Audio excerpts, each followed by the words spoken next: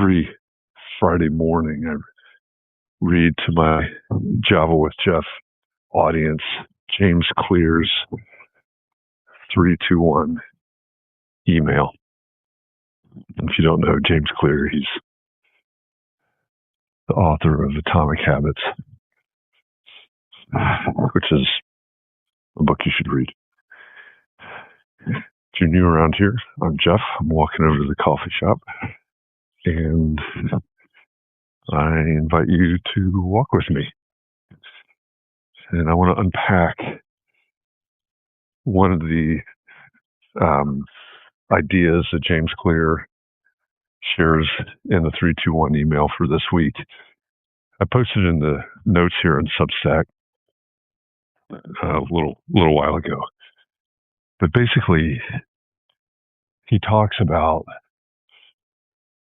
just that idea, right? When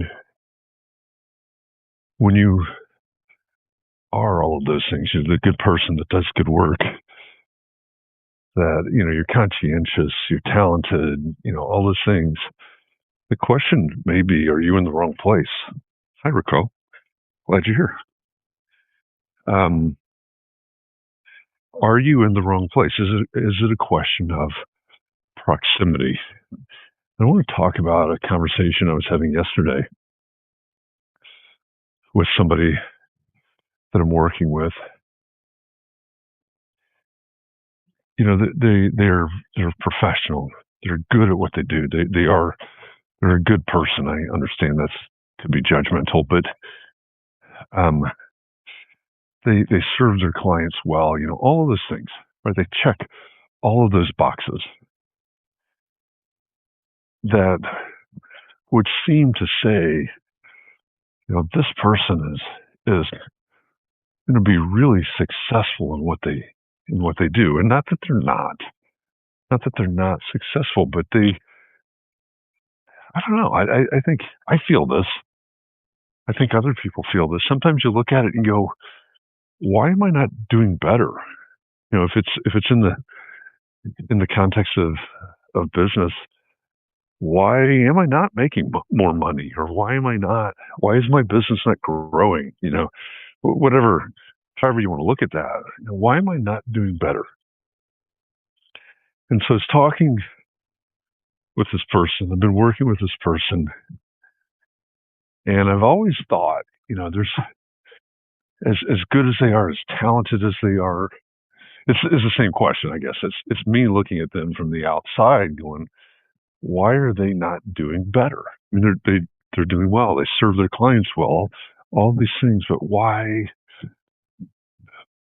What's holding them back? Why are they not doing better? I always thought, there's something missing. There's a missing link here somewhere. And then, as we were talking yesterday, they were telling me about I think it was a webinar that they had attended that was sort of related to their business, but it wasn't specifically about, but it's related to business. And they were talking about the person that presented it, and this talking about how, I guess, charismatic that person was, and how authentic they were,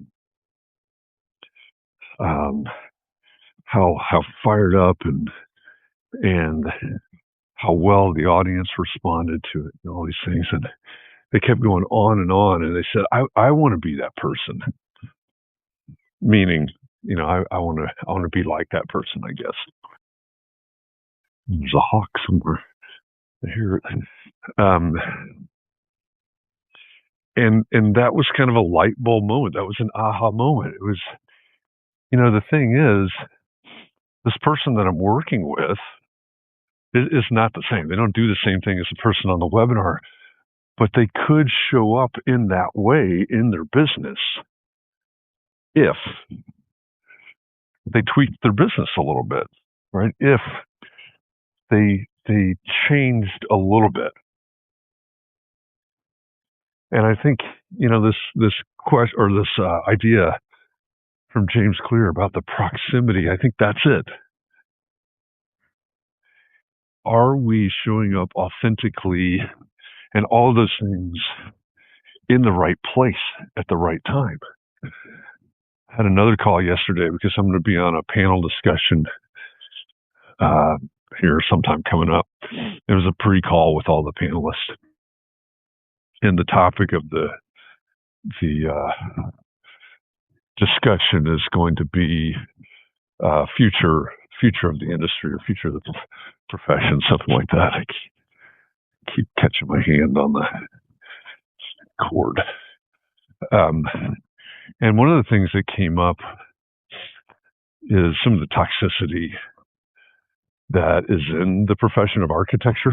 So if you're new around here and you don't know me, you may not know that a lot of times I reference architecture, profession of architecture. And so we're having this discussion yesterday, and this one of the other actually all of the panelists teach in university, and one of the panelists I've never met before, and she teaches the same university that I teach at, actually, and she teaches first and second year students design studio and building technology, I think. And she was talking about the fact, we were talking about toxicity in the industry. And she was talking about the fact that there are professors that try to weed out the less talented students. This was a thing. It's always been a thing. And my response to that, a lot of years out of school now, and a lot of work in this profession and consulting and professional services, a lot of time to reflect back on. My response to that is, what is an architect? If you're trying to weed out the less talented students, and that's always in the context of design studios, right? It's never in any of the other classes, because you have grades in design studio, but they're all subjective. In your building tech or my classes that I teach are professional practice. In those there are grades, right? You have quizzes, you have tests, you have assignments, whatever. So weeding students out is always in the context of design studio. And so that means that, to me, that what you're saying, good morning, Scott. Good morning, Nicole. That means to me that what you're saying is that an architect is a designer. That's my question. What is an architect? And then looping that back around, well, let me keep going. What is an architect, right? You walk into an architect's office. If it's an office of multiple people, it's like going to a doctor's office, right? You go to the doctor's office, and how many doctors are there? There's one, there's two, depending on the practice. But then there's nurse practitioners and registered nurse and physician's assistants and radiologists and anesthesiologists, maybe if it's a surgery center, whatever. So all kinds of people. And they're not all called doctors, of course. But it takes all those different types of people with all those specialized skills to make health care happen.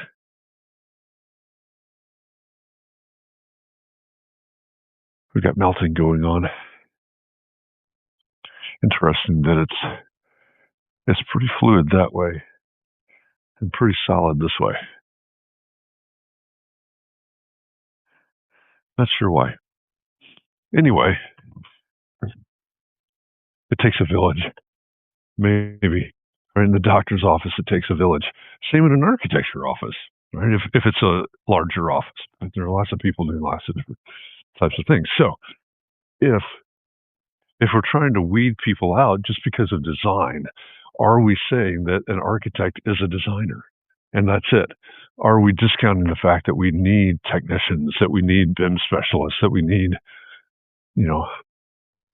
building envelope designers and all the different aspects of architecture, depending on the project types.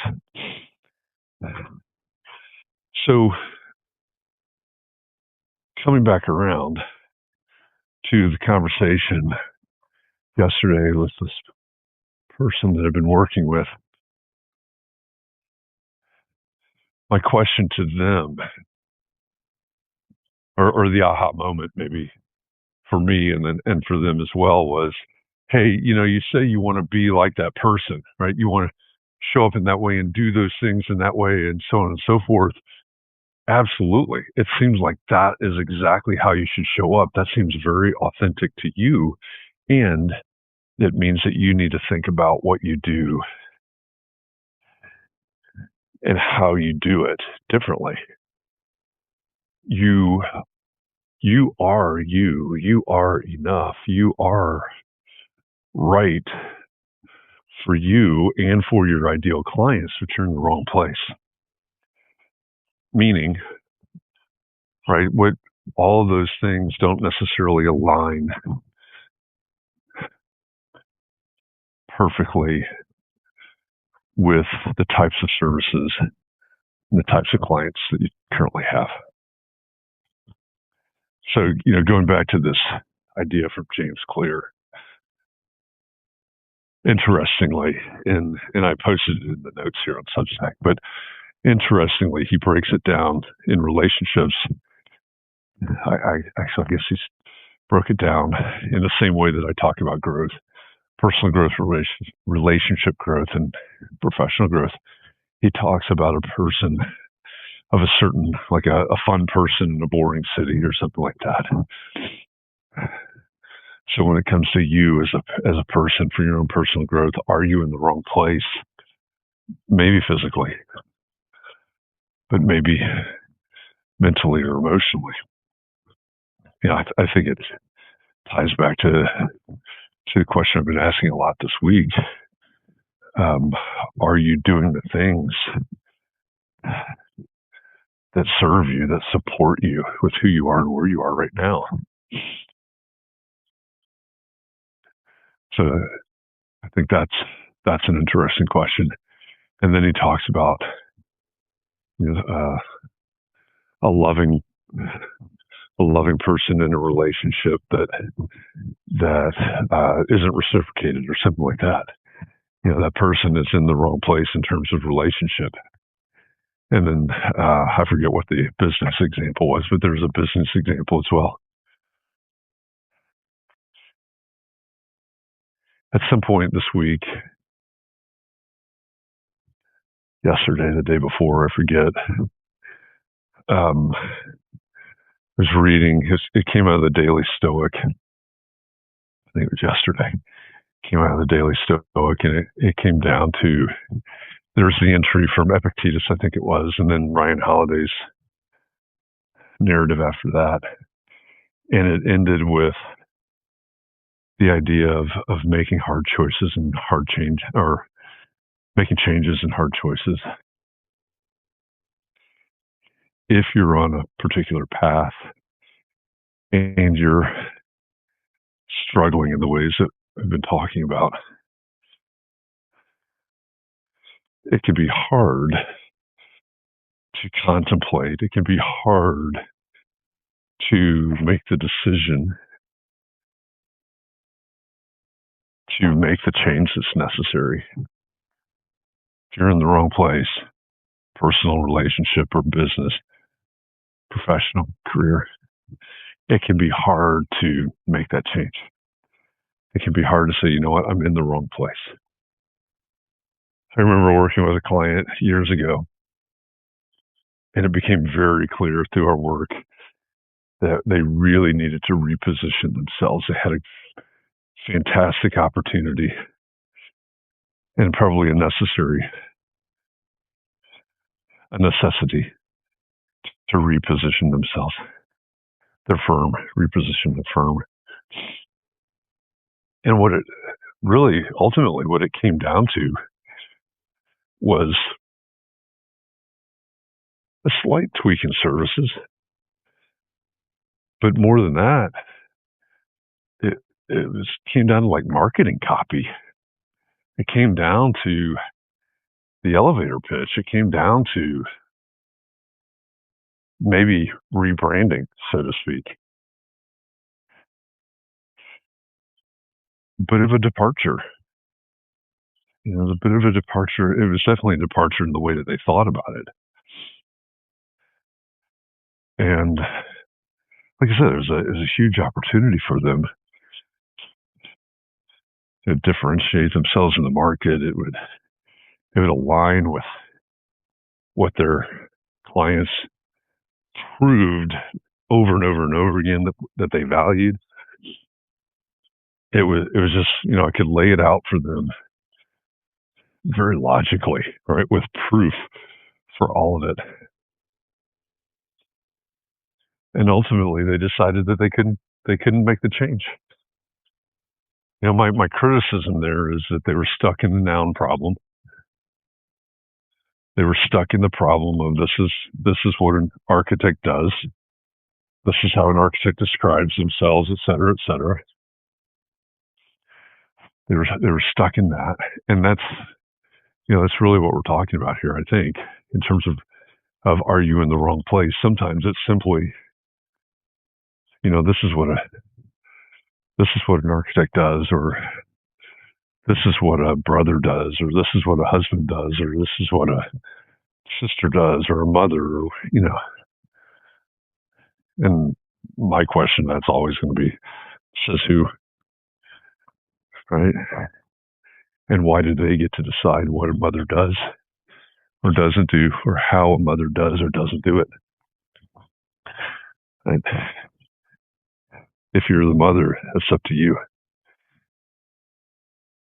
You can change that, but it's not necessarily easy to change that. And that was part of the discussion yesterday, too, was, we went down that path. Like, why is it? That was the actual question is, well, why does it seem so hard? Because you're not swimming with the current. And the thing about not swimming with the current, right, it takes more energy to swim against the current or across the current. But if you ever watch fish in a river or stream, they position themselves. Maybe there's an eddy or something like that, but they'll position themselves basically against the current and allow the current to bring things to them, bring prey to them, which forces them at times to swim up the current, which forces them to position themselves, like I said, against the current and be able to maintain themselves. But they almost never, at least in terms of feeding or whatever, they almost never go with the current.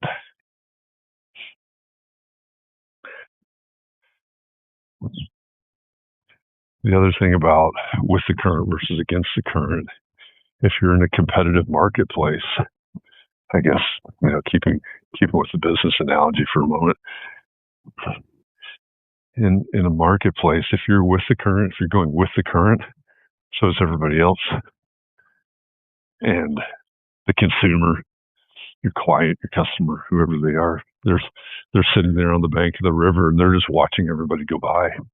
And they can't keep up. They can't tell the difference. Everybody's just going by. Everybody looks the same in this current. Just go by. Architect. Everybody here right now is an architect, so stick with architecture. Architect. And just like the fish that are hunting, that are trying to eat, they're looking for someone to stand out. Right? Unfortunately, the fish analogy, the fish is looking for the easy prey.